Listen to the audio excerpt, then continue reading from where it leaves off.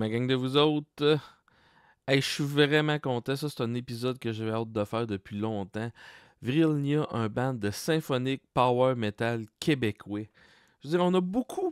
On a au moins une couple d'hommages à Nightwish au Québec.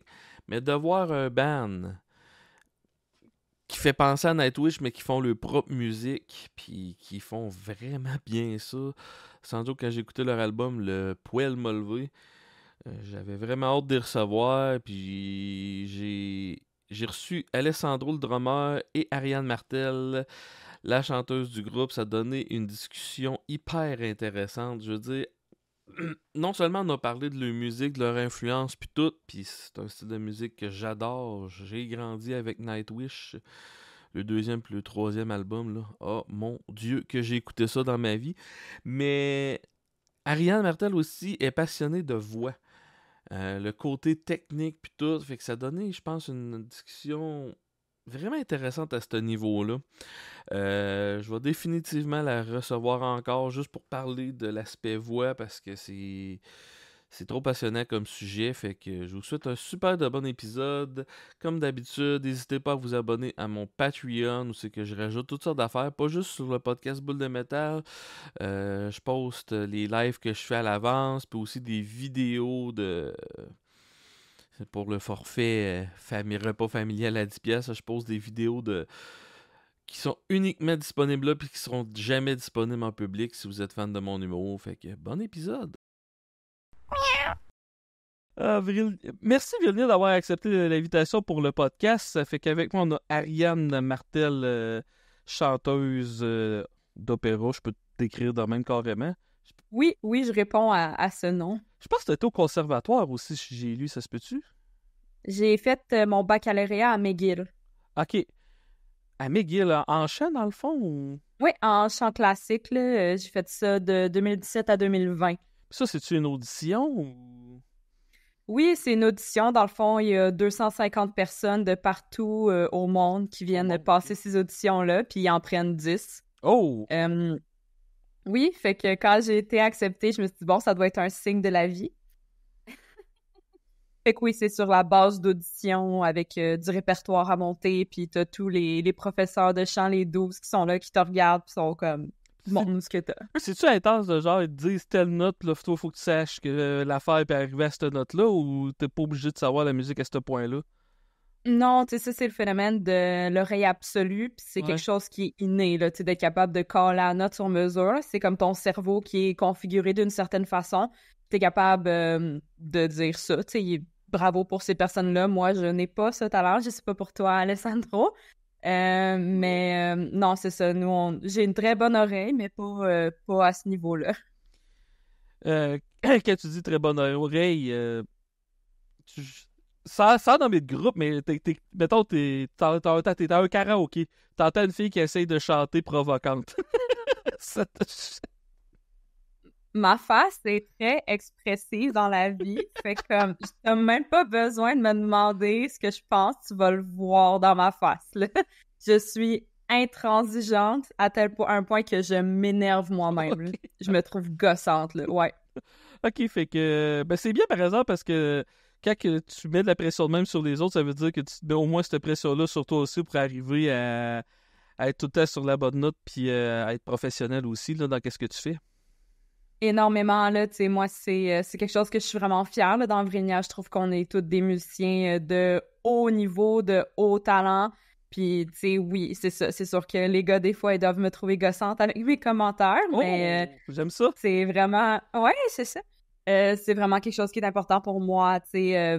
On a la chance de faire notre art devant les gens. Il y a des gens qui payent pour venir nous voir. Fait que pour moi, c'est vraiment important qu'on offre un produit de qualité puis que ça, on parle de nous comme « Ah oui, c'est un bon band », pas comme « tu sais. » Puis dans le fond, je pose la question aux deux. Le band a commencé comment? C'est-tu toi c'était-tu quand t'es arrivé à l'université puis que tu voulais chanter, c'était-tu quelque chose que tu t'es dit « Je veux avoir mon band, je veux faire du symphonique metal » ou comment c'est arrivé? Ben, c'est ça. Moi, je suis dans les membres fondatrices du band avec Charles William Cummings, qui est le compositeur, pianiste, guitariste. Ça remonte avant l'université, là. J'étais même pas majeure quand j'ai rencontré Charles William. Les deux, on étudiait en musique. Moi, je faisais mon cégep à Vincent-d'Indy. Lui, il étudiait la composition à l'Université de Montréal.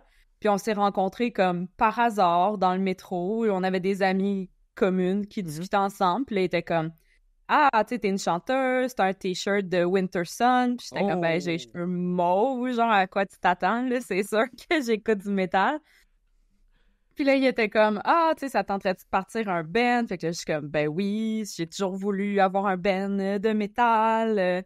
Tu sais, Nightwish, ça fait partie de mes inspirations, tu sais, non seulement en tant que métalleuse, mais aussi en tant que chanteuse classique. Ça reste de même. Un an plus tard, il m'écrit, il est comme « Let's go, on part ça. » Je suis comme « OK. » Fait que lui, il était comme « Tu veux-tu écrire les paroles? » J'étais comme « Non. » Fait qu'il, dans le fond...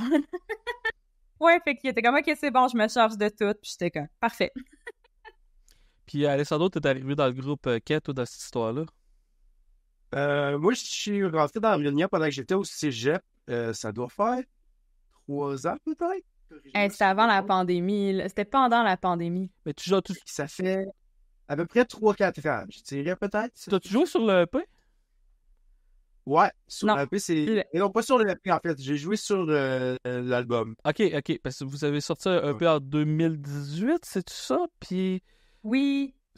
Puis votre album est sorti en quelle année? 2022, votre album? Exact. OK, c'est beau. Oui. J'ai bien fait mes recherches. Ouais, fier de toi. Ouais, mais j'ai écouté les deux. Mais c'est ça qui est de le faire parce que, mettons que je parle de votre musique un peu aussi, on sent vraiment une belle progression entre votre EP puis votre album. Là. Je sais pas si c'est une question d'expérience, de budget ou... les morceaux étaient vraiment... Je suis pas en train de vous dire que le EP était pas bon, c'est juste qu'on sent vraiment la progression, surtout au point de vue qualité studio d'enregistrement là-dessus. Oui, ben tu sais, il y a comme plusieurs facteurs, là, tu sais, il y a le facteur... On a comme développé un son plus de groupe. On a eu d'autres membres avant, puis il y en avait certains qui étaient comme plus limités aussi au niveau de ce qu'ils pouvaient jouer. Fait que c'est sûr qu'au niveau des compositions, il a fallu s'adapter. Tu sais, là, on a une équipe de feu qui peut comme tout prendre. Fait que c'est sûr que ça l'ouvre la porte à plus de choses. Il y a tout ce qui est maturité. Tu sais, moi, il y a des recordings du EP, comme je dis, que, tu sais, j'avais genre 18-19 ans, là, j'avais encore une voix... de petite fille quasiment, là, la voix, elle a maturé non seulement avec les études en musique, mais juste parce que, ben, moi aussi, je vieillis, tu sais. Fait que c'est pas la même chose. Puis il y a aussi le budget, oui. Le EP, on a été plus dans une formule maison, si on veut. Fait que moi, j'ai enregistré ça dans le sous-sol de mes parents avec ma carte de son puis mon micro. Parce que c'est quand même bien enregistré, là. Je suis pas en train de dire... Quand même! Non, il y en a des pires que ça, là, tu sais, des EP, là, mais oui, tu sais, c'est ça, les gars, ils ont recordé les guides chez eux, le drum, c'est des samples, puis on avait des amis qui mixaient, tu sais, pas professionnellement, mais, tu sais, qui faisaient ça, fait qu'on leur a confié la tâche, mais c'est sûr que pour l'album, là, on avait de quoi de solide, on savait qu'on avait du bon matériel, fait que là, on s'est dit, bon, ça vaut peut-être la peine d'investir un petit peu plus au niveau justement de la qualité puis de se décharger de tout ce processus-là, là, d'avoir le gars qui pèse sur le piton puis toi, tu fais juste jouer. Là. C'est magnifique comme expérience. Fait que oui, c'est sûr qu'il y a une qualité qui vient aussi avec ce choix-là. Alessandro, ton drum, jusqu'à quel point qui est garni? Parce que d'habitude, un drummer power metal, il y a beaucoup de stock autour de lui. Toi, ça ressemble à quoi? Ouais, ben moi, ça ressemble à... J'ai un drum. Dans l'album, j'avais un drum, un 7 morceaux. Okay. Donc, j'avais 3 tomes, 2 floors, un kick avec mon snare. En surplus, j'avais aussi des rototoms qu'on peut entendre dans quelques chansons, là. Donc, ça, c'était pour le shell kit. Puis par après, ben écoute, en cymbales, j'étais bien fourni. Je pense que dans l'album, il y a 3 Crash, 2 China, 2 Ride, un hi-hat, des petites flashs. Fait que le drum, il était quand même bien garni dans le studio. Puis, c'est dur, parce que, comme je vous disais, le EP, c'était plus sample de drum. Là, l'album, on parle du vrai drum. Jusqu'à quel point que c'est dur. Saviez-vous vous aligner pour bien marquer le drum? Puis, parce que c'est une bonne charge, là, avoir un bon drum, surtout quand on a la pression d'être un band symphonique power metal, puis que t'as déjà eu un chandail Winter Sun. Ça, ici, ça rajoute de la pression pour avoir un bon son studio. Ouais, ben, tu sais, le côté drum, en fait, on est allé au Planète Studio à Montréal. OK. Puis on a fait affaire avec Patrick Goyette pour la session d'enregistrement et de mixing. Donc, dans le fond, tu sais, le studio, il est très bien gardé en équipement, puis Patrick, il savait très bien quoi faire, là, c'est un professionnel, il sait vraiment qu'est-ce qu'il fait. Donc, on n'a pas eu à se casser la tête côté placement de micro, puis recording, vraiment, Ok. tout ça pour le drum, là, ça s'est fait de façon vraiment facile, là. C'est vraiment ça, là, tu sais, quand je dis que nous, on avait juste à jouer, tout le reste était géré, là. OK. Ah, ben en tout cas, ça donnait un méchant bon résultat, puis j'imagine que quand vous êtes arrivé en studio, tout était écrit, puis vous avez, parce que vous avez passé combien de jours en studio pour enregistrer ça? Le drum, on avait 4 jours, si je me trompe pas. OK. Dont une journée de montage. Exactement, fait 3 jours et demi, mettons. OK. Je pense que Alessandro aurait pu battre des records Guinness de quantité de café bu. Oh, oui, effectivement. Ben, c'est ça, J'ai arrêté de compter à 10. c'est ça, je trouve drôle, parce que j'ai lu énormément de biographies, puis tout, puis exemple, Sharon Osbourne, elle est tout le temps en train de dénigrer des drummers pour dire que ça sert absolument à rien dans un groupe. Mais tu sais, sans drummer, qu'est-ce que tu veux faire, premièrement? Puis c'est tout le temps le premier arrivé, dernier parti. C'est lui qui a le plus d'équipement amené tout le temps.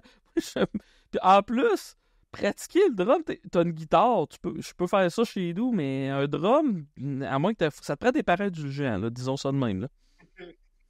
Ouais. Des bons commanditaires. Oui. Ouais. C'est ça. Moi, pour pratiquer, j'ai la chance d'avoir mon studio chez moi, fait qu'il y a pas de problème avec ça. Mais oui, effectivement, les drums, c'est un gros instrument. Ça prend des cases pour le transporter. Après, ça prend un gros char pour le transporter quand t'as un gros drum. Fait que, oui, ça en demande beaucoup, mais écoute, on trouve tout le temps un moyen de se débrouiller quand même de quoi. Puis toi, Ariane, côté vocal, studio, t'as été au je dis conservatoire ou université, c'est quoi qui À est... l'université, À l'université, ouais. ok, t'as été Ils vont chialer. Ok, bon, c'est bon. Ouais, ça, c'est comme l'humour, là. Hey, j'ai fait l'école du soir de l'école de l'humour. Ouais, mais c'est pas la vraie école de l'humour. On s'en calisse. C'est pareil, c'est pareil. Oui, mais t'avais-tu senti une pression en studio pour performer? Parce que justement, ça coûte cher quand t'es dans un vrai studio. Puis là, c'est comme, ok, là. Ben oui, parce que je suis pas une chanteuse de studio à la base. Mhm. Moi, ma technique vocale, elle a été développée pour être dans des grands amphithéâtres, puis, Ah, ok, tu sais, ouais. de projeter. Ouais, fait que là, il y avait comme cette adaptation-là que j'étais comme pas trop sûre. C'est sûr qu'on avait fait des pré-productions, fait que, tu sais, c'est ça. J'avais enregistré l'album une première fois à la maison, juste pour qu'on ait une idée de à quoi ça devait sonner. Toutes les tracks de back vocal étaient écrites, puis tu sais, c'était ma première expérience de studio professionnel de même, mais c'était pas ma première expérience d'enregistrement. Fait que je suis arrivée avec notre soundman, Patrick, justement, puis j'étais comme, ben, si tu veux que ça soit plaisant et pour toi et pour moi, voici ma liste de choses que je veux qu'on fasse ensemble. Puis Patrick a été comme super ouvert, fait que finalement, on a clenché ça, là. Parfait. Puis, méchant bon résultat. C'est quoi votre premier single que vous avez sorti? Parce que vous avez une couple de vidéoclips pour cet album-là? Oui. Fait que pour cet album-là, le premier single qu'on a sorti, The c'est Other World. The Flaming Eyes. The Flaming Eyes, ok. Ouais, ben c'est justement, ok. Quand j'ai écouté ce vidéoclip-là, ma première réaction, c'était la chair de poule. Après ça, ça faisait longtemps que j'avais pas eu cette réaction-là quand j'écoute une chanson. Tu sais, là, quand tu découvres quelque chose, puis là, ta première réaction, c'est faut que tu le partages à tous tes amis, puis tu dis, hey, écoutez ça, allez écouter ça, allez écouter ça, allez écouter ça. Ça a été ma réaction quand j'ai écouté votre musique. C'est pas vraiment pas juste le fait de wow, je peux pas croire qu'au Québec on ait un band aussi bon que ça, mais juste la musique en général. Puis je n'ai écouté beaucoup de musique là. Fait que je voulais mon chapeau à Simonac pour ça. Ben merci, tu vas me faire rougir, là. Non, faut les prendre, les compliments. Mais Oui! tu sais, c'est aussi tu sais, quand t'es fan de. Parce que j'ai grandi avec Nightwish. Tu sais, et puis il y a beaucoup de groupes comme Nightwish, je veux dire, Cyrenian, Within Temptation, on peut en jaser un peu plus après si vous voulez, mais qu'est-ce que j'ai vraiment aimé beaucoup, c'est vous autres, vous êtes vraiment symphonique. Tu sais, il y a. Tu sais, la mode qu'il y avait eu à la fin des années 90 surtout les groupes avec Liv Kristen, de mélanger une chanteuse d'opéra avec une grosse voix gutturale, là. Je trouvais que ça, quand c'était fait, c'est souvent au détriment des riffs, au détriment de la musique, juste pour... puis vous êtes un ensemble complet, puis il y a pas ces clichés-là, puis j'adore ça. Ben merci. Écoute, je pense que c'est vraiment attribuable à toutes nos influences personnelles. Tu sais, moi, je viens de la musique classique, fait que c'est sûr que ma vision de mon chant va beaucoup ressembler à ça. Charles Williams aussi, le compositeur, il a étudié en musique classique, fait qu'il va aller chercher ces éléments-là plus épiques que lui, il veut. Alès, c'est grand fan de métal aussi, super versatile. Notre bassiste Gabriel Taillon, lui, il a étudié plus en jazz puis en pop, fait que ça donne comme plein d'influences différentes. Il y a les lunettes d'un gars qui étudie en jazz, votre bassiste. Oui, mais tu sais, il est full bon, genre dans le métal, mais tu sais, on entend que toutes ses influences, lui, c'est plus, c'est vraiment plus prog, rock, jazz. Justement, parlons-en de tes influences à toi, Ariane, puis après ça, je vais poser les mêmes questions à Alessandro. C'est quoi les albums, premièrement, qui ont marqué ton évolution, les albums ou les groupes de musique? Ton amour pour la musique, ça a commencé comment? Moi, j'ai appris à chanter avant d'apprendre à parler. C'est un peu plate comme stéréotype, mais c'est vraiment ça, là. Moi, à son berceau de Marie-Michel Desrosiers, là, je te torchais ça à 1 an, tu sais. Non, sans blague, j'ai toujours aimé ça chanter. Tu sais, moi, je revenais de chez nous après l'école, puis j'allais pas jouer. J'allais faire de la musique, j'allais chanter, tu sais. Fait qu'à un moment donné, à 7 ans, ma mère, elle s'est comme écœurée, puis elle s'est dit comme, ben, ça te tente-tu de prendre des cours de chant? Puis j'ai dit oui. Fait que ça a commencé là-dedans, puis tu sais, après ça, ben, je faisais plus du pop jazz au début. J'en ai fait pendant 7 ans. Rendu au secondaire, ben là, j'étais comme vraiment pas bonne en art plastique, fait qu'il fallait faire de quoi par rapport à ça. Fait que j'ai décidé d'aller en musique au secondaire. OK. Oui, puis j'ai découvert le chant classique à ce moment-là parce qu'il y avait juste ça comme type de chant que je pouvais étudier. OK. Puis moi, ma famille écoute zéro musique classique dans la vie. Là, fait que j'étais comme, bon, ben, on s'embarque dans l'inconnu un peu. Mais bon, il y a plein de chanteurs qui ont une technique classique, puis que ça les aide. Ça les rend super versatiles, fait qu'on y va. Finalement, c'était vraiment une technique qui était faite pour moi. Là, ma voix se plaçait vraiment bien, super rapidement là-dedans. Les premiers examens de chant que j'ai faits, c'était comme, bon, ben, t'as eu la meilleure note de la classe avec des gens que ça fait comme 5 ans qui ont fait ça. J'étais comme, peut-être qu'il y a un potentiel, tu sais. Mais en même temps, tout ça a concordé avec ma découverte de Nightwish. OK. Fait que je cherchais... Quel album? Oceanborn. Là, t'es dans mes cas. Ouais, le meilleur, selon moi. C'est comme le mix parfait de... Non seulement, tu t'as le côté classique, t'as le côté symphonique, mais c'est leur album le plus technique, là, je pense, Oceanborn aussi. Là. Oui, pour de vrai, là, je suis comme... Je peux pas croire, là, qu'ils jouent ça en live, les pauvres, tu sais. Fait que là, c'est ça, tu sais, moi, j'ai cherché une tune de jazz qui s'appelle Moon Dance, puis là, je suis comme tombée sur le Moon Dance de Nightwish, puis j'étais comme, ouh, c'est quoi ça? Puis là, j'ai regardé. Ouais. Exactement. Fait que là, j'étais comme, oh my God, c'est quoi cette sorcellerie? Fait que...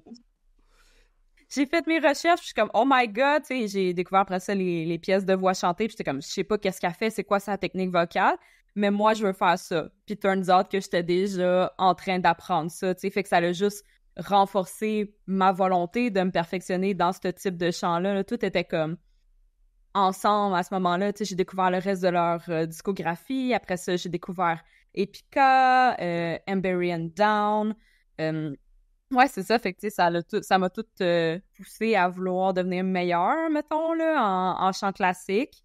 C'est sûr que, tu sais, j'ai aussi des influences du côté de la musique classique, tu sais, des chanteurs que je trouve vraiment bons, là. Tu peux donner des noms. Donne une couple de noms chanteurs classiques.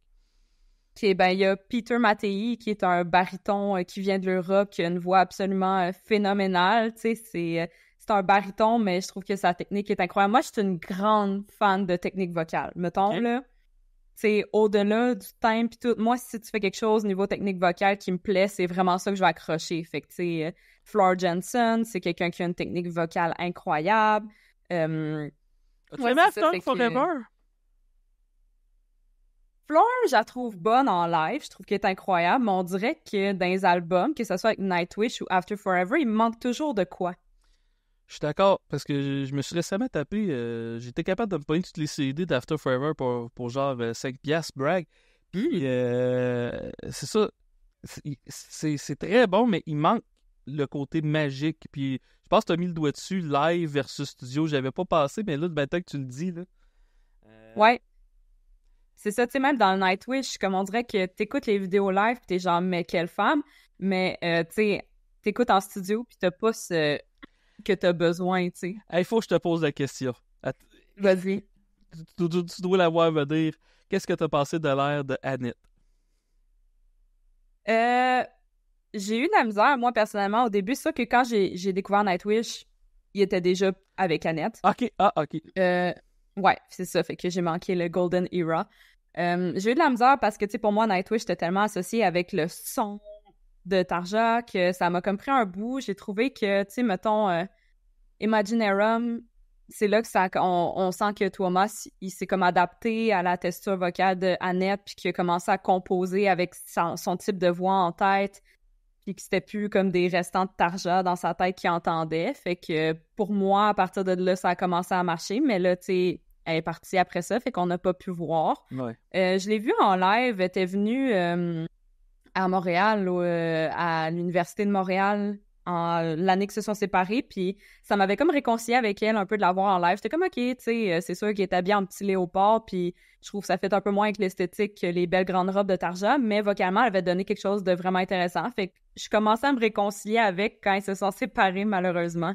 Mais parce que la pression qu'elle a dû avoir, parce que dans le fond, pour ça. Ah oui, la pauvre enfant. Parce que pour ceux-là qui écoutent et qui sautent un peu, là, attends un peu, là, c'est nerd dans tabarnache comme discussion, c'est que pour l'album Dark Passion Play, Nightwish, avant ça, là, ça parti au DVD Live End of an Era, là, ils ont sacré Tarja dehors par une lettre en ligne sans l'avertir directement. Puis ils l'ont remplacé par Annette Osland qui avait définitivement une voix plus pop, on va se le dire. Mm-hmm. Puis ça donnait l'album Dark Passion Play. Puis moi, j'étais là. Moi, j'étais fan de Nightwish quand One s'est sorti. Puis j'ai toute la saga de qui c'est qu'ils vont prendre comme chanteur d'Harry. La culmination du premier vidéo avec Amaranth. Que je pense que c'est la vidéo la plus écoutée de leur étiquette de disque. Là. Ça a quand même marché, on va se le dire. Je suis un peu comme toi. Sur le coup, j'étais pas tant convaincu, mais j'ai appris à aimer les albums par la suite. Là. Ouais, il faut juste que tu sois capable de faire la distinction entre comme les deux époques de Nightwish. Je te dirais que ma grande déception, c'était qu'elle soit pas capable de faire les anciennes tunes. Ouais, j'ai entendu des bootlegs live, mais je suis même pas sûr si c'est pas fait par AI de Annette qui chante exemple She Is My Sin. C'est-tu? Je sais même pas si elle l'a vraiment chanté ou si c'était fake, qu'est-ce que j'ai entendu, là, mais ça donnait quelque chose de bien.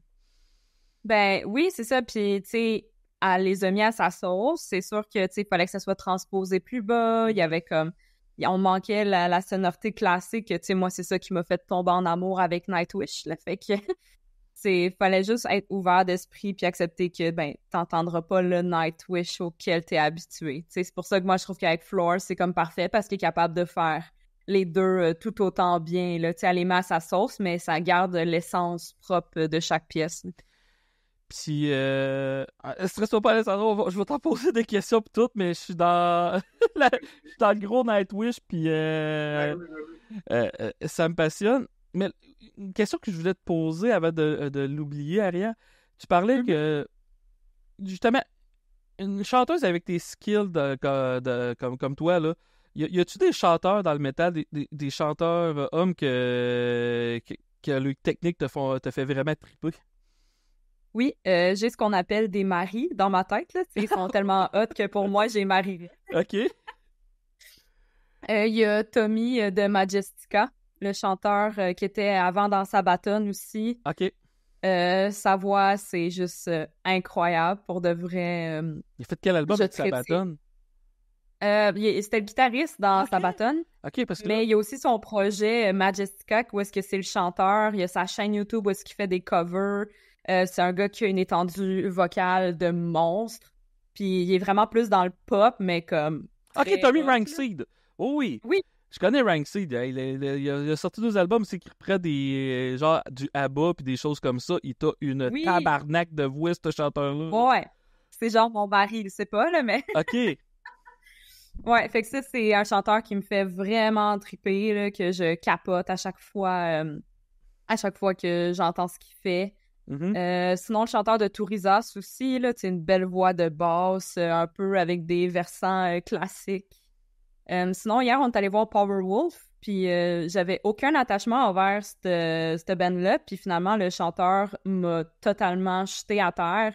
Il a offert une performance digne de la perfection, puis justement, il y a des petites rondeurs classiques un peu. J'entends son training, fait que, ouais, c'est ça, tu sais, comme je dis, c'est vraiment la technique vocale pour moi qui fait tout, là. Tu penses quoi du growl, puis des styles plus extrêmes dans le vocal? J'aime ça quand c'est bien fait. Encore une fois, tu sais, pour moi, il y a des growls qui sont faits avec une bonne technique, de façon super simple, qui brisent pas l'appareil. Je suis orthophoniste aussi, spécialisée en troubles de la voix, fait que pour moi, tu sais, tout ce qui est de faire le geste vocal dans la sécurité et tout, c'est extrêmement important. Tu sais, tu l'entends des fois, il y a des screamers que t'es comme, OK, oui, ça marche, lui, puis il te parle après, puis on le voit super clair, puis full belle, tu sais, ça paraît pas qu'ils ont chanté, puis t'as des screamers que t'es comme, me semble que j'ai mal par sympathie. Fait que j'ai beaucoup de respect pour les gens qui font ça. Pour moi, c'est une technique vocale comme une autre, qui doit être faite avec l'encadrement d'un professeur, qui doit être faite avec des professionnels pour éviter les blessures vocales, parce que ça arrive. Moi-même, j'ai pas l'intérêt artistique de développer ça, je dirais. Je laisse ça aux autres parce qu'on a d'excellents chanteurs et chanteuses au Québec qui le font, puis je suis comme bravo pour vous. Fait que oui, pour moi, c'est autant virtuose que tous les autres types de chants. Donne-moi donc une couple de très bons growlers, selon toi, qui ont que la technique t'impressionne. Ben, tu sais, mettons, s'il y en a au Québec, tu sais, Sébastien Croteau, c'est notre spécialiste en la matière. Là, genre d'air épais, quel groupe? C'est quoi son groupe, Alice, déjà? Une nécrotique mutation. OK. Ça, je ne connais pas. Maud Théberge aussi, de Sanguiné Glacialis. Super versatile avec sa voix. Tous les gens du Growler Squire, tu sais, Phil Langelier aussi, là, qui fait des sons incroyables. Fait que, ouais, non, c'est ça, j'ai beaucoup, beaucoup de respect pour ces gens-là. Bon, Alessandro Astor, tes influences dans le drum, ça serait qui? Ben, moi, dans la musique en général et dans le drum aussi, puis je pense que ça a un lien, pourquoi que mes bands préférés, c'est aussi mes drummers préférés. Ben moi, mes deux drummers préférés, c'est Mario Duplantier dans le groupe Gojira et Mike Portnoy dans Dream Theater et plein d'autres projets aussi. Ben là, ouais. Oh. On les nommera pas toutes parce qu'on va être encore là demain. Ouais, exactement. Donc, c'est clairement mes deux drummers préférés, puis ça donne aussi que c'est mes deux bands préférés. Là. J'ai du grand respect pour tous les autres musiciens qui sont dans ces bands-là, mais j'adore beaucoup ces deux groupes-là, c'est vraiment mes deux groupes préférés. Dream Theater, c'est quoi tes albums fétiches? Ben, mon album préféré, puis je trouve d'ailleurs que, à mon humble opinion, c'est le meilleur album qui existe, c'est A Scene from a Memory. Metropolis Part 2. Ouais, exactement, parce que je trouve que c'est juste un album qui est parfait de A à Z, puis ses concepts, puis cet album-là, il est parfait. La question qui tue, es-tu capable de jouer Dance of Eternity? Ben, je la joue super bien. Il y a une petite partie que j'ai plus de misère encore, mais ça fait très longtemps que j'ai pas joué ça. En fait, c'était mon audition pour au cégep de Drummondville. J'avais choisi cette chanson-là. Il y a combien de changements de tempo là-dedans, puis de changements de time signature, que je sais pas comment dire en français? Il y en a beaucoup. Changement de métrique, il y a 108 changements. On appelle ça métrique? Ouais, on peut appeler ça la métrique. OK. Puis, attends un peu, t'as-tu dit 108? 108, ouais. OK. Ouais, en combien de minutes? À 12 minutes, je pense. Non, celle-là est plus courte. Dance of Eternity, elle doit être 6 ou 7 minutes, quelque chose comme ça. Là. OK, j'aime ça que tu sais le nombre de time signature par cœur, mais comment qu'elle dure longtemps? Ça, par exemple, t'es pas sûr, ça. Oh. Elle dure le nombre de sections qu'il y a, c'est comme ça qu'il faut le voir. Mais puis quand t'as fait ton audition, cette tune-là, il la connaissait-tu au cégep? Ben, je pense pas qu'il connaissait la tune exactement précisément, mais il connaissait clairement le band Dream Theater. OK. Puis, faut que je te pose la question. Il y a eu beaucoup de groupes power metal tu sais, quand il y a eu la grosse vague power metal des années 90, que les drummers étaient souvent stéréotypés parce que c'était pédale double, puis tout le temps le même beat, puis en tout cas, je sais que dans les forums dans ce temps-là, c'était le stéréotype du power metal. Toi, t'en penses quoi de ça? Personnellement, tu sais, je trouve que souvent, ce qu'ils font, ça va bien fitter avec le concept de la chanson, puis le genre de la chanson. Mais je trouve personnellement que ça pourrait être plus attirant si les drummers, peut-être, des fois, ils pourraient amener des touches de styles différents, par exemple, tu sais, du latin, peut-être un petit côté latin, peut-être dans les passes de drum ou dans les beats, ou tu sais, des fois, quelque chose d'un peu plus jazz ou funk. Tu sais, des fois, ça peut être intéressant de sortir de la ligne qui est établie, là. Puis, y a-tu des drummers qui sont moins techniques, mais que tu trouves qui sont créatifs?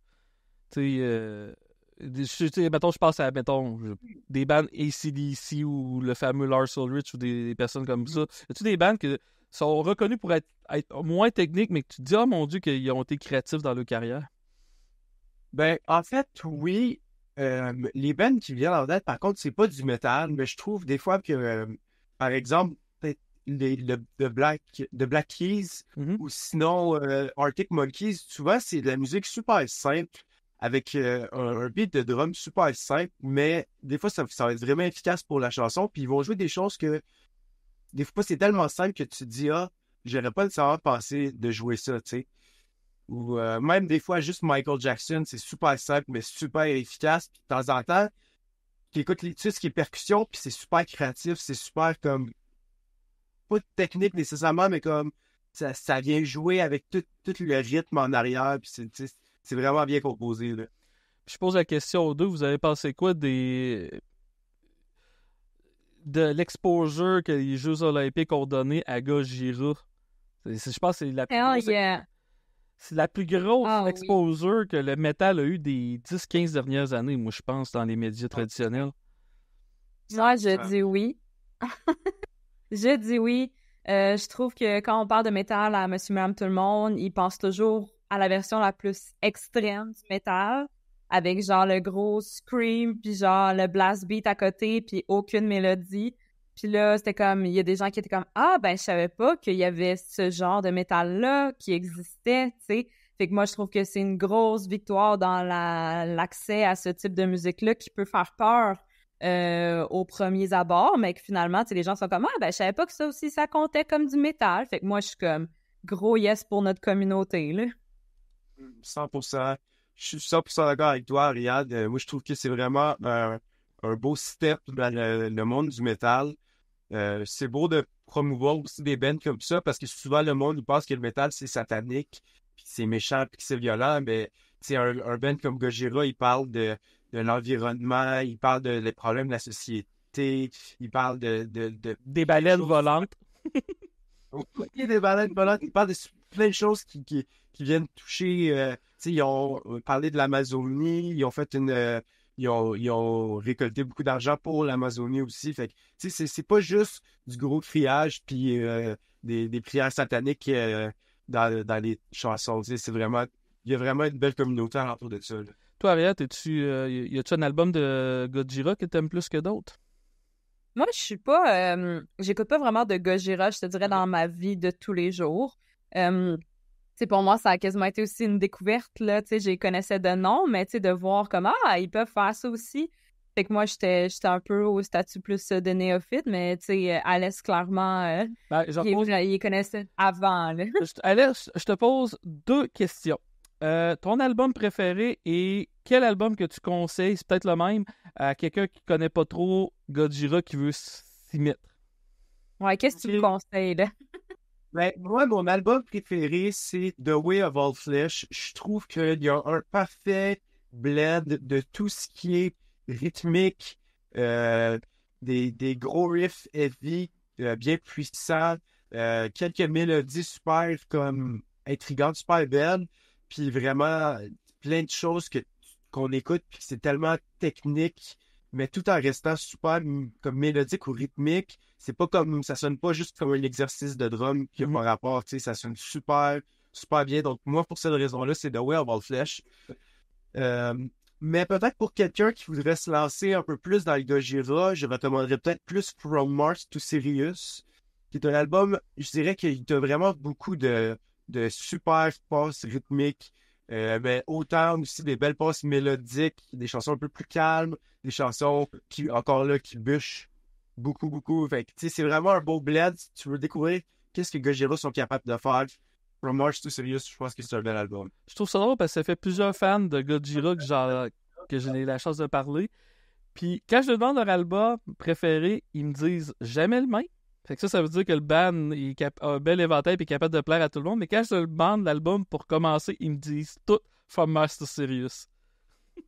C'est un classique, clairement, c'est un classique. Très intéressant. Oui, vraiment. Je reviens à Ariane. Question vocale. Parce que moi, je lis souvent dans les livres qui disent que le monde qui ont le plus de talent naturel, c'est le monde qui ont le plus pratiqué. Être chanteuse d'opéra, faut-tu que tu sois né avec un gabarit ou tu peux y en venir? C'est une bonne question. Moi, je pense que ça, c'est le principe est-style, qui est une technique vocale, puis aussi quelque chose qu'on utilise en orthophonie. La voix a ce qu'on appelle des attracteurs. Ça veut dire que la voix va, de par comment le larynx est fait, la physionomie de la personne, sa personnalité, va avoir une tendance à avoir plus de facilité dans certaines techniques vocales que d'autres. OK. Et de base, elle va comme avoir un presetting qui fait en sorte que si tu essaies de faire cette technique-là, tu vas avoir plus de facilité de la façon dont ton larynx est fait, tes cordes vocales, etc. Fait que moi, je crois beaucoup à ce principe-là, mais après ça, tu sais, c'est une question de pratique, c'est des muscles. Fait que ça, c'est la bonne nouvelle. Fait que ça veut dire que quelqu'un qui veut développer quelque chose peut le faire avec de la pratique, de l'entraînement musculaire. Je te dirais que je te ferais entendre mes recordings de quand j'avais 10 ans, puis tu ferais pas « Ah oui, cette fille-là va avoir une carrière. » Genre vraiment pas, là. Du tout, du tout, du tout. Moi, je suis quelqu'un qui a vraiment beaucoup travaillé pour développer la technique que j'ai. C'était pas facile, tu sais, j'étais pas la fille, quand elle était jeune, qui gagnait tous les concours, puis on s'attendait à ce que ce soit une star. Non, vraiment pas. Puis ce qui était vraiment intéressant, je te dirais, c'est rendu à l'université, parce que là, en fait, tu voyais les gens qui l'avaient eu facile, qui étaient un talent naturel, puis les gens qui avaient bûché, puis au final, à l'université, tout le monde est sur le même pied d'égalité, tout le monde est bon, tu sais. Fait qu'il y a des gens qui avaient un talent naturel qui pognaient une grosse débarque rendue à l'université, parce que là, il faut que tu travailles, t'as pas le choix. Faut que tu progresses, faut que tu avances vite. Fait que moi, je pense que le talent, c'est, oui, il y a une goutte de talent, mais c'est surtout la pratique, puis qu'est-ce que tu vas faire avec ton instrument qui va faire en sorte que ça va fonctionner ou non. Puis, tu sais, souvent, je lis... Parce que le range vocal, c'est quelque chose qui m'a beaucoup intéressé. Puis, c'est-tu quelque chose qui s'extensionne avec la pratique ou t'es pogné avec le range que t'as, à moins que tu fumes pour le descendre ou des affaires de même, c'est final? Oui, tu as un range de base. Tu sais, ça vient vraiment avec justement la façon dont ton larynx est fait, comment tes cartilages sont positionnés, la longueur de tes cordes vocales, leur positionnement, leur épaisseur, etc. Tu sais, ça, il y a une grosse partie biologique qui fait en sorte que même si je voulais faire la reine de la nuit, moi, mon corps, il est juste pas capable de produire ces fréquences-là. OK. Après ça, oui, on peut l'étendre avec une bonne technique vocale. Moi, j'ai des élèves qui ont gagné facilement des quintes dans le top et dans le bas, tu sais. Fait que oui, on peut vraiment extensionner. Tu sais, il y a des gens aussi qui partent avec certaines tensions vocales de base qui restreignent le range vocal.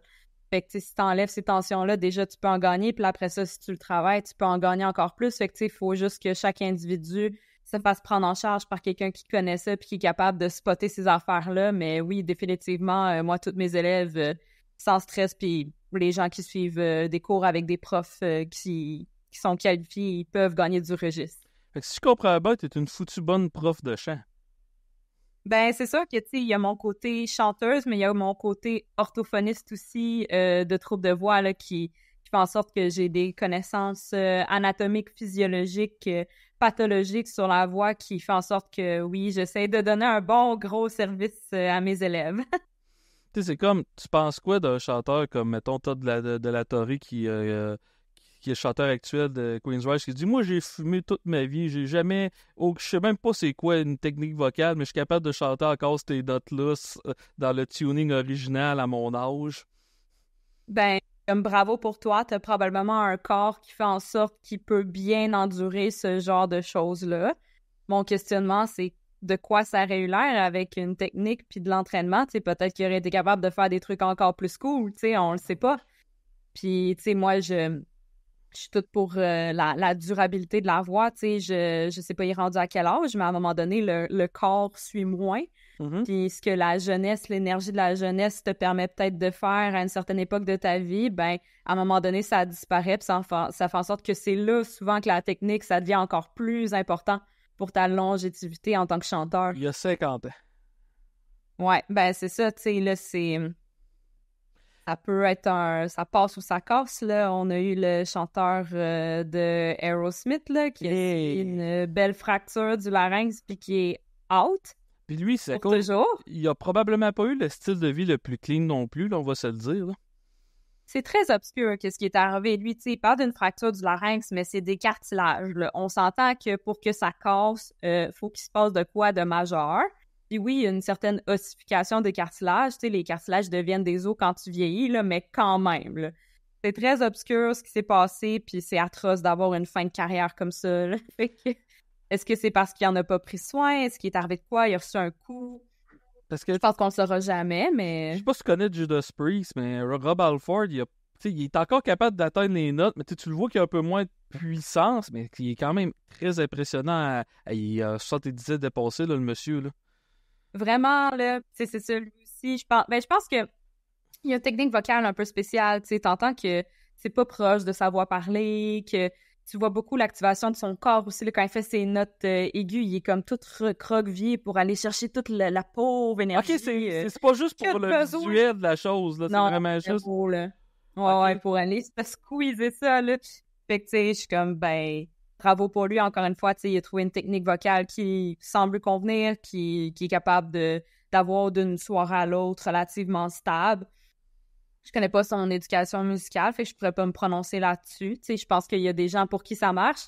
Puis comme je dis, il y a des gens qui sont nés puis qui ont de l'attention. Tu sais, tu les entends parler puis ils sont super serrés déjà. Fait que tu sais, je pense que tout est une question de relativité, de qu'est-ce que toi t'as de besoin en tant que chanteur et individu aussi. Tu sais, t'as des Bruce Dickinson que lui d'où ça en a un autre que j'ai lu sa biographie puis d'ailleurs elle est pas lisible sa petite biographie parce que le gars il est TDA comme ça se peut pas. Fait que dans la même phrase, il va te parler de 3 affaires différentes, puis je comprends à rien qu'est-ce qu'il dit. Tu sais, il est chauffeur, il est pilote professionnel, il a fait de l'escrime. En tout cas, puis lui tout, c'en est un qui dit qu'il a jamais vraiment eu aucune technique vocale, puis j'ai cette voix-là, puis tabarnèche, il a pousse encore, là, sa Christie de voix à son âge, lui-là. Là. Mm-hmm. Mais tu sais, je me questionne aussi sur les exigences vocales de nos jours versus à l'époque. J'ai l'impression que la musique aujourd'hui, ça demande vraiment un plus grand range, une plus grande versatilité vocale. Si tu veux pogner, il faut que tu sois capable de faire bien des affaires avec ta voix. C'est plus rendu payant de faire de la musique, fait que tu as des horaires de touring qui n'ont pas de bon sens. Tu dors pas ou tu dors dans ton char. C'est toutes des choses qui peuvent impacter ta voix. Fait que je me questionne beaucoup ces temps-ci à me dire, bon, ben, tu sais, mettons, si on met ces personnes-là en 2024 avec leur band, à quel point ça marcherait, tu sais? Je comprends. Puis, parlons de tournée. Ça, c'est un côté que j'ai pas fait du tout mes devoirs. Ça ressemble à quoi? Vous sortez souvent en dehors du pays? Alès, je sais pas si tu vas en parler. Oui, ben, écoute, nous autres, on n'est pas sortis full souvent. En fait, on n'est jamais sortis en dehors du pays. C'est sûr qu'on aimerait vraiment ça, là. D'ailleurs, on avait fait partie d'un concours pour aller jouer au Wacken, qu'on n'a pas gagné, mais la participation, vraiment, c'était une super belle opportunité. Mais sinon, quand même, récemment, c'est entre guillemets, là, on a fait une petite tournée avec c'est Gun in April. C'est un super band, pour vrai, là. Leur musique est vraiment incroyable. Les musiciens sont super gentils. Tout était parfait. Fait que ça, c'est une des petites tournées qu'on avait faites, là. Puis, quand on parle de tournée, on parle de combien de shows, mettons, en ligne? Jusque où? Cette tournée, ben, sur cette tournée-là, on avait fait 4 shows. OK. 4 shows en combien? 4 soirs. En 4 soirs? Ouais. T'as-tu senti une fatigue? Avez-vous senti une fatigue à rendu au 4e show ou comment que vous avez vécu ça? C'est sûr que partir en tournée, c'est toujours épuisant quand même. Peu importe ça dure combien de temps, c'est toujours épuisant parce que c'est beaucoup de travail, c'est beaucoup de route, c'est des soundchecks, le show. Là, on donne notre 100% toute la soirée. Puis là, après la soirée, ben, qu'on ait donné notre 100%, ben là, c'est pas fini parce que là, il faut tout pacter. Là, t'es chez toi ou t'es à l'hôtel à minuit, 1h. Il faut que je te pose la question. Les autres membres de ton groupe, ils t'aident-tu avec ton drum ou c'est ta responsabilité? Je dirais qu'ils m'aident quand même bien. OK. Là, OK. Ils commencent avec leurs choses, puis après, on finit de démonter le drap. Ah, c'est un bon groupe. T'as un bon groupe. Yeah. Chapeau aussi au bassiste qui m'aide notamment là, beaucoup, beaucoup pour mon drum. Là. C'est tout le temps le premier à arriver, puis à Yann aussi d'ailleurs. Merci. Surtout Merci, à ta les mention. changeovers. Quand, Surtout entre les changeovers. quand vous partez en tournée, il y a des chambres d'hôtel, j'imagine, là-dedans. Y allez-vous plus pour le confort ou pour l'économie? Ben, tu sais, mettons, on n'a jamais couché dans notre auto, là, si c'est ça la OK. question.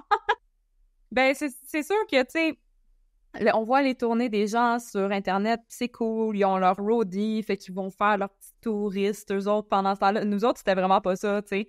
C'est nous autres qui conduisaient, nous autres qui set-up, nous autres qui fait le soundcheck, nous autres qui gèrent la merch, tu sais. C'est vraiment comme tout nous. Fait que quand on a fait la tournée, tu sais, mettons le premier soir, ben on jouait à Ottawa, fait qu'on s'est dit, bon, on est capable de revenir le même soir, fait que on est revenu à comme 3 heures du matin parce qu'on jouait à Montréal le lendemain. Ça, on a pu coucher chez nous aussi. Québec, par exemple, on s'est loué un hôtel, là. On s'est dit, on avait un Airbnb, fait qu'on a couché là-bas, puis le dimanche, on finissait à Drummondville, on s'est dit, on revient chez nous. Fait qu'on y va, tu sais, pour du confort, mais en même temps, on s'est pas payé des chambres partout non plus, là. Ben, c'est ça que je trouve. J'ai déjà été dans un groupe de musique, moi, puis la principale raison pour laquelle j'ai lâché ça, c'est tout ça. Parce que moi, je suis humoriste, je suis tout seul. J'ai pas de drum à monter. Mon son, il est pas difficile à faire. Puis le pire, c'est que j'ai un peu de cours de chant, fait que je sais comment placer ma voix un peu pour pas trop m'ascraper quand je fais mes shows d'humour. Puis, je sais même pas pourquoi j'ai plugué ça au travail, c'était juste pour braguer, j'imagine. Mais bref. C'est parfait, vas-y. Mais alors qu'un groupe de musique, tu sais, vous autres, vous êtes 5, je pense? Oui. C'est ça, fait que tout avec tout votre équipement, vous pactez ça dans le même char, puis ah mon Dieu. Ça, là, je vous lève mon chapeau pour ça, parce que calique que je suis lâche. Ben, c'est une aventure, là, tu sais, c'était comme, on savait que c'était pour 4 jours, puis que let's go, on le fait, mais, c'est ça, c'est les sacrifices de faire de la tournée en 2024, là, c'est tu comptes tes bidous, puis Ariel, essaye de pas trop avoir de pertes. je suis curieux, n'as-tu vu une couple de shows d'humour dans ta vie? Oui. T'as-tu jugé comment il place le voix sur le stage? Tu posais la question, vas-tu avoir un cancer de la gorge, ce gars-là, cette fille-là, dans 30 ans, mettons? Moi, je passe ma vie à juger la voix des gens parce que c'est ma job. Fait que, oui. Des fois, ouais, je me gosse, comme je te dis, là. C'est de la déformation professionnelle qu'ils appellent, là. Parce qu'il y a des humoristes qui se donnent une petite voix, mettons un personnage, juste, tu le parles dans la vraie vie, tu le parles sur stage. Ben, tu le parles sur stage, tu les entends sur stage, ils vont se faire une petite voix de même, puis ils vont rajouter de l'air. Que ça, je pense, c'est dommageable pour la voix quand même assez rapidement que tu fais ça, là. C'est un effet vocal comme un autre. C'est juste que ça va peut-être fonctionner si tu fais un show aux 2 mois. Si tu pars en tournée, c'est là que ça va peut-être être rough parce que là, t'as pas ton corps qui récupère entre chaque show. Faut que tu réengages la machine. Puis souvent, c'est là qu'on voit les pathologies vocales apparaître. C'est quand l'intensité de vocale, la demande élève. Fait que oui, il y a des façons... Tu sais, moi, avec mes patients, on peut travailler pour... OK, ben c'est quoi l'esthétique que tu recherches quand tu fais cette voix-là, tu sais? Puis est-ce qu'on peut la faire de façon plus saine pour que toi, tu sais, ton corps soit bien avec ça puis que tu aies cherché l'effet que tu veux?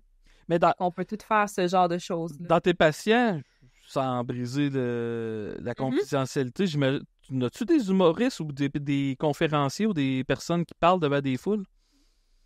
Je vais être amenée à en avoir. Dans le fond, moi, j'ai gradué de ma maîtrise cet été. Ah, OK. Fait que je suis nouvellement sur le marché du travail en train de partir ma propre clinique en trouble de la voix, justement.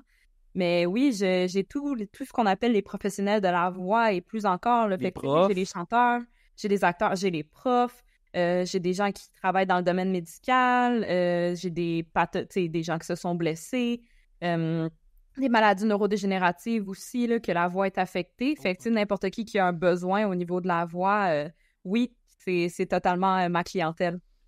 Puis, je change de branche complètement, genre pour passer... Dans le fond, je peux t'appeler Alice, si j'ai bien compris. OK, Alice. Réponds. Il répond. J'aime ça. Tu vas voir un show. Puis il y a du monde qui drumme dans les airs. T'es juges-tu sur le rythme?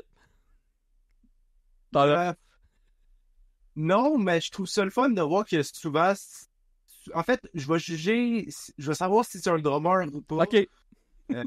Parce que c'est assez facile de savoir, tu le vois s'il fait des dynamiques ou s'il fait juste vraiment faire comme n'importe quoi puis que ça s'aligne pas avec ce que t'entends, tu sais.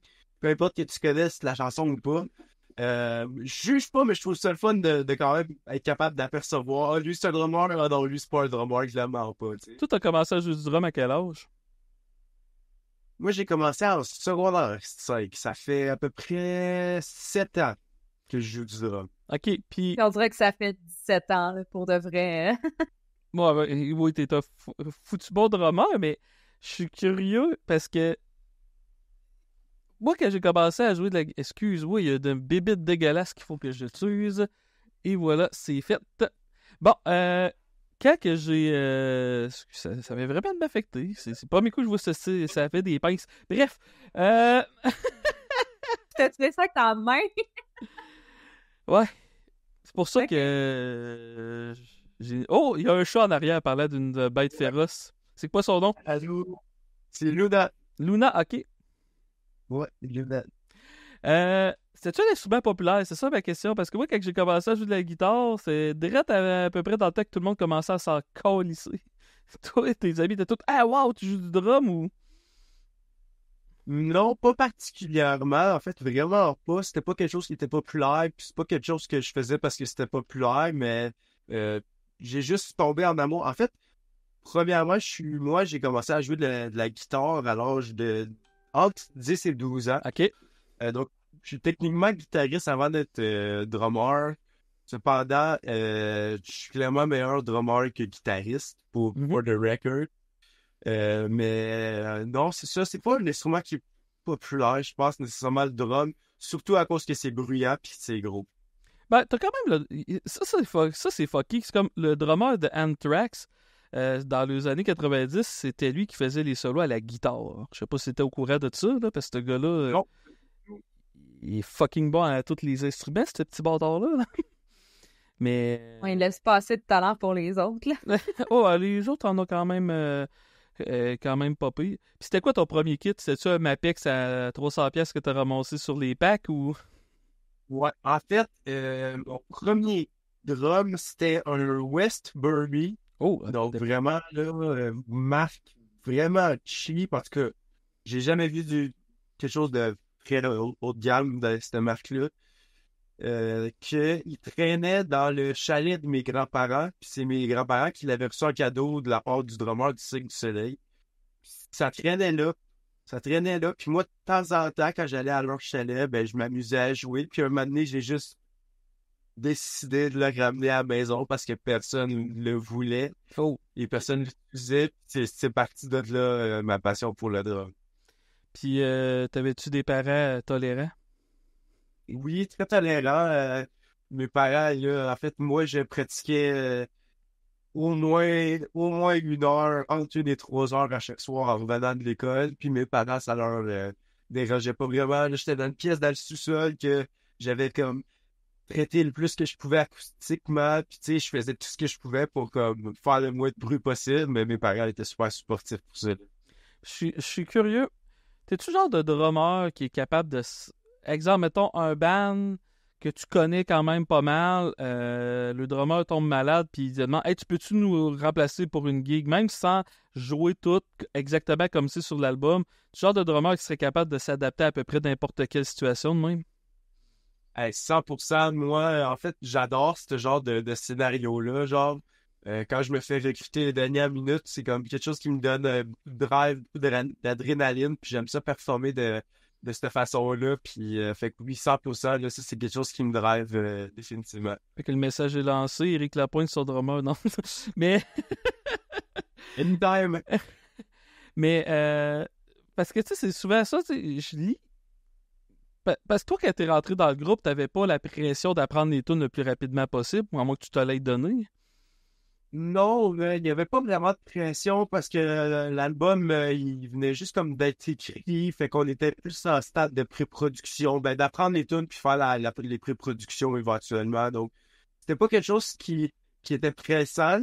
Fait que j'ai quand même eu le temps de prendre mon temps pour les apprendre. Puis, tu sais, j'ai commencé par apprendre les chansons lentement, puis après, je les ai accélérées comme ça.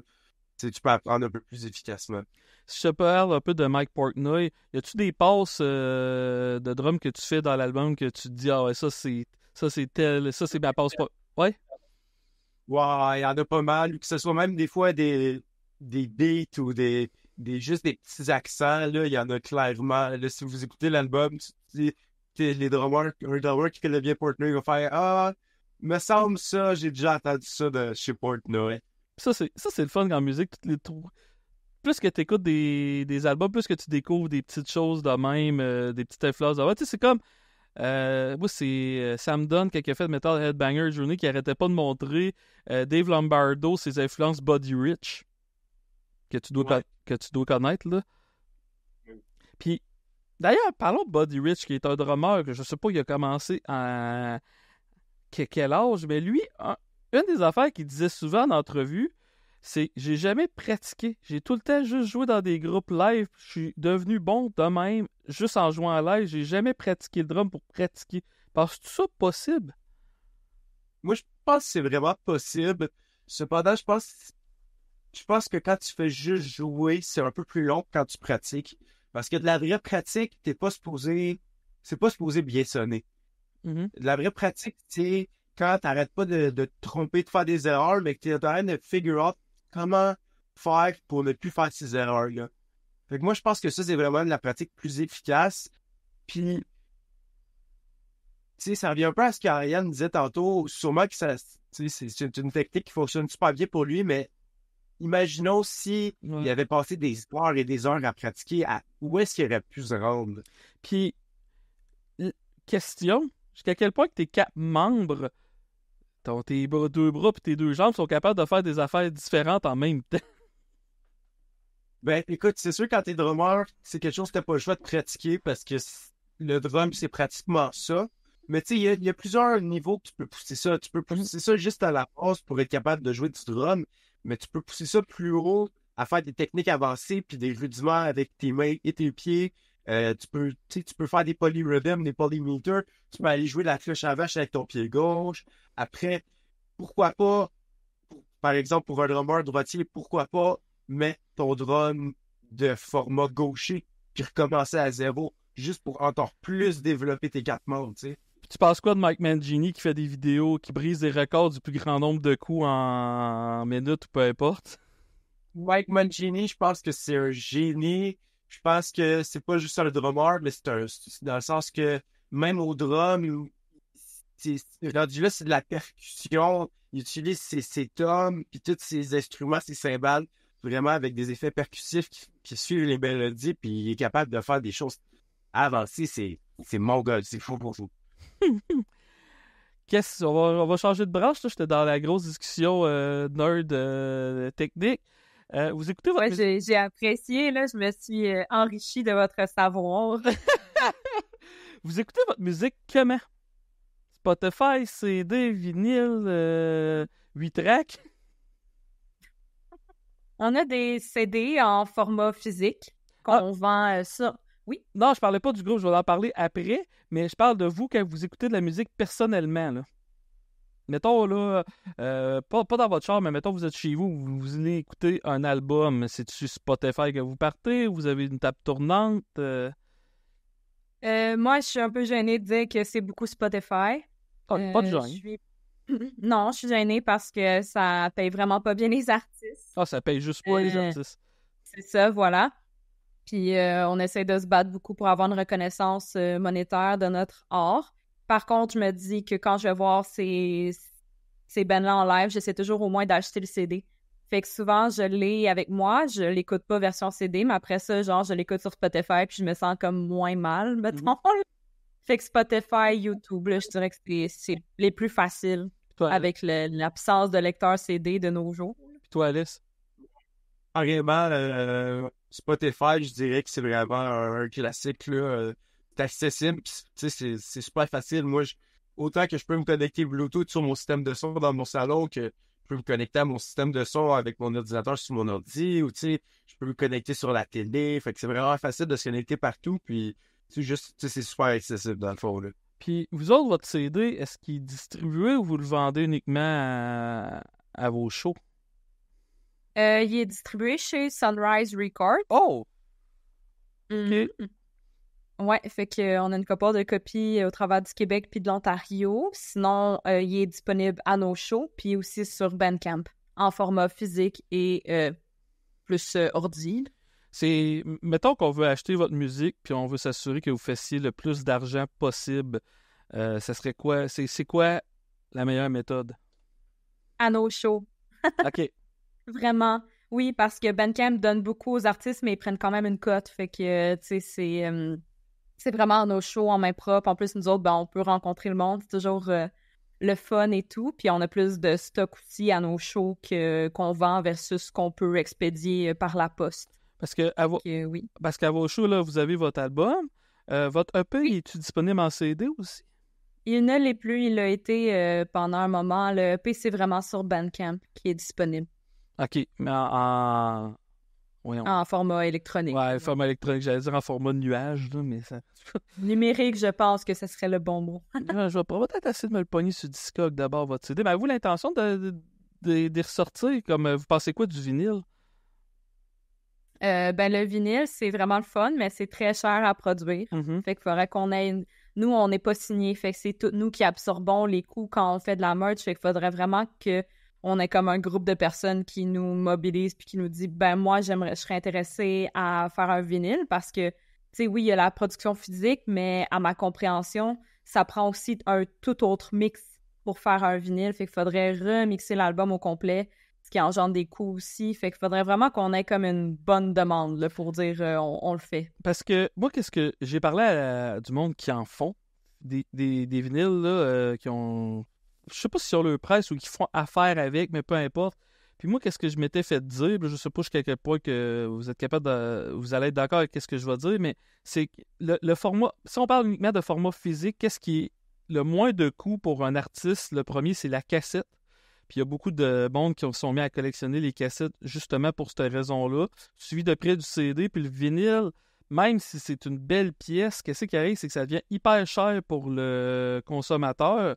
Puis le groupe ne se fait pas tant d'argent que ça. Puis comme vous avez dit, c'est des gros risques d'embarquer dans le vinyle, surtout quand vous êtes indépendant comme vous. Exact. Puis tu sais, c'est déjà... Tu sais, on est chanceux dans le métal quand même. Les gens achètent encore la musique, là, mais tu sais, ça reste quand même un phénomène généralisé que les gens n'achètent plus de musique. Fait que c'est de là à dire, ouais, tu sais, on a investi de l'argent alors qu'on pourrait mettre cet argent-là sur le prochain album ou un vidéoclip. Tu sais, c'est quelque chose qu'on n'est peut-être pas tout à fait prêt à faire. Peut-être qu'un jour, on va avoir un fanbase qui va être assez gros puis qui va vraiment faire une grosse demande de gang de on veut un vinyle, là, on s'assoira puis on va regarder. Mais pour le moment...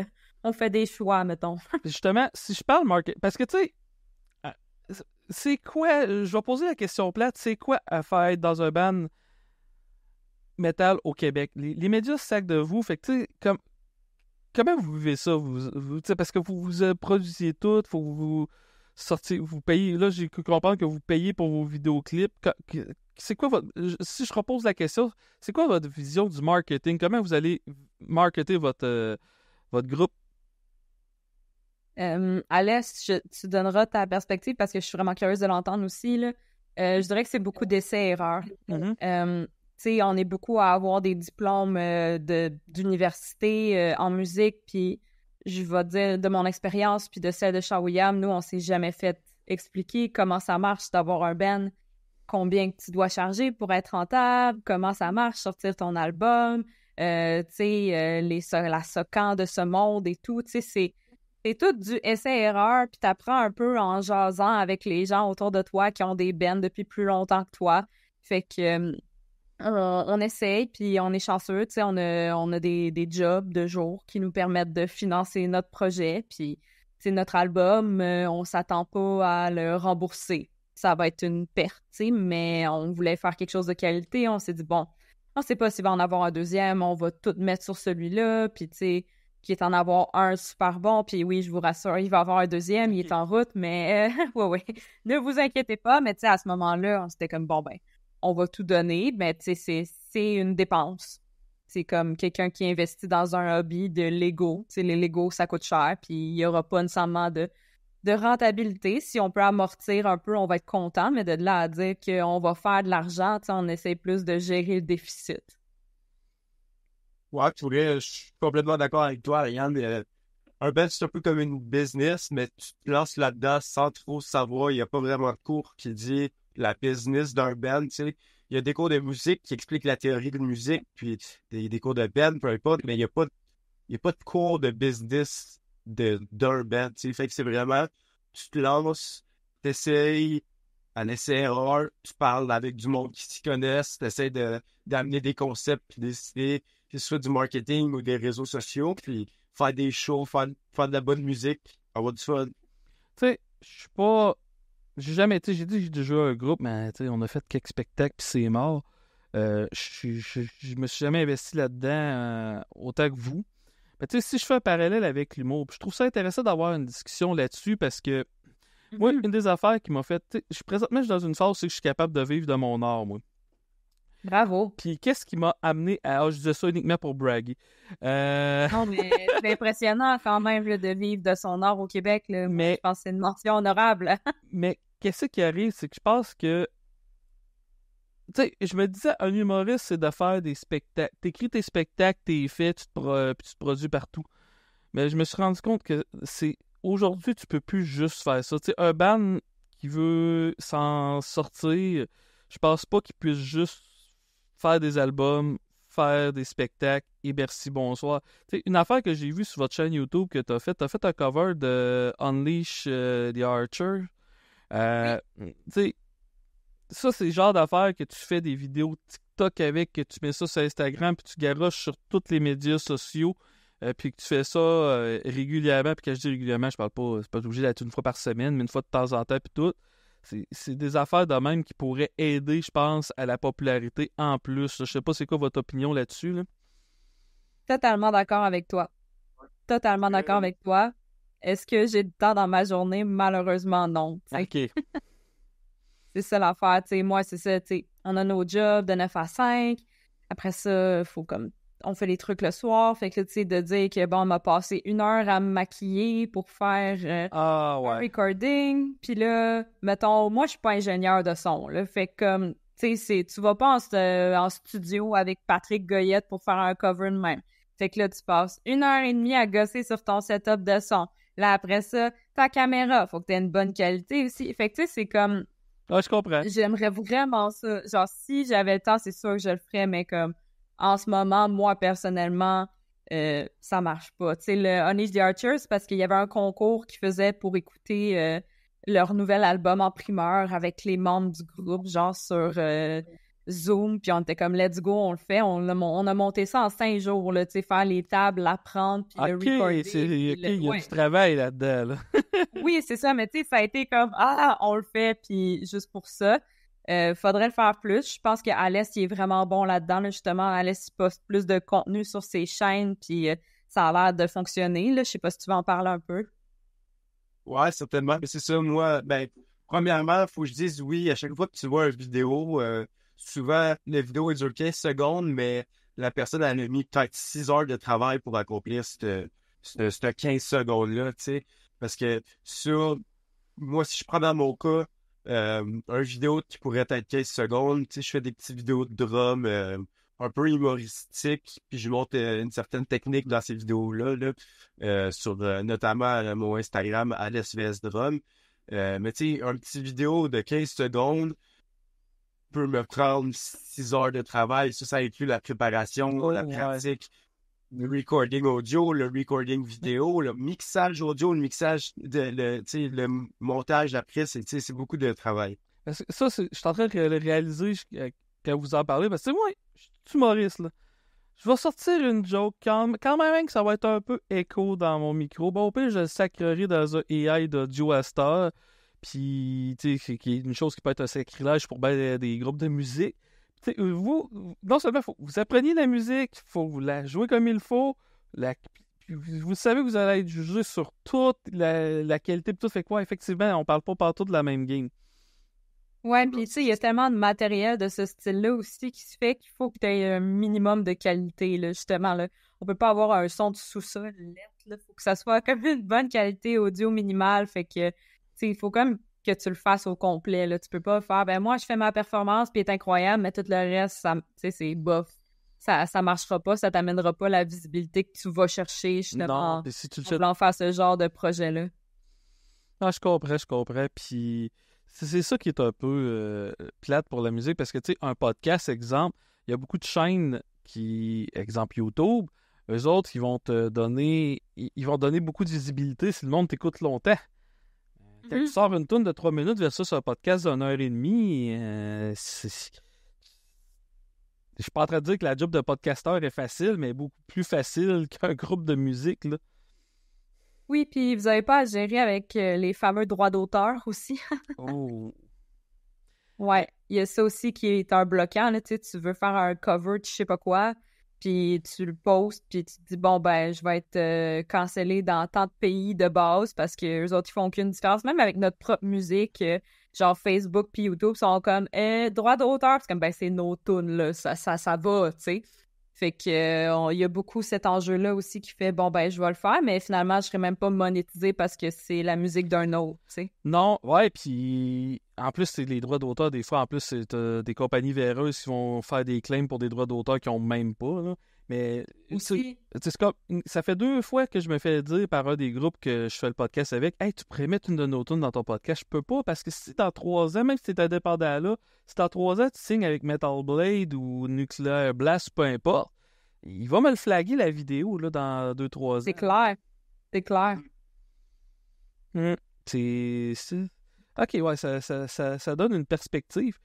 Puis, parlant de droits d'auteur, avez-vous l'intention éventuellement de faire des covers? Mettons, faire un EP de reprise ou juste mettre une reprise sur un album ou un single? C'est pas dans les plans, je dirais. OK. Charles William, il est très contre les covers de base. OK. Non, mais... C'est même en live, des fois, on en fait, là. On a un cover du Fantôme de l'Opéra, là, la version de Nightwish qui bûche, tu sais, puis à chaque fois, ça prend tout pour le convaincre de le mettre sur le setlist, là, parce qu'il veut rien savoir.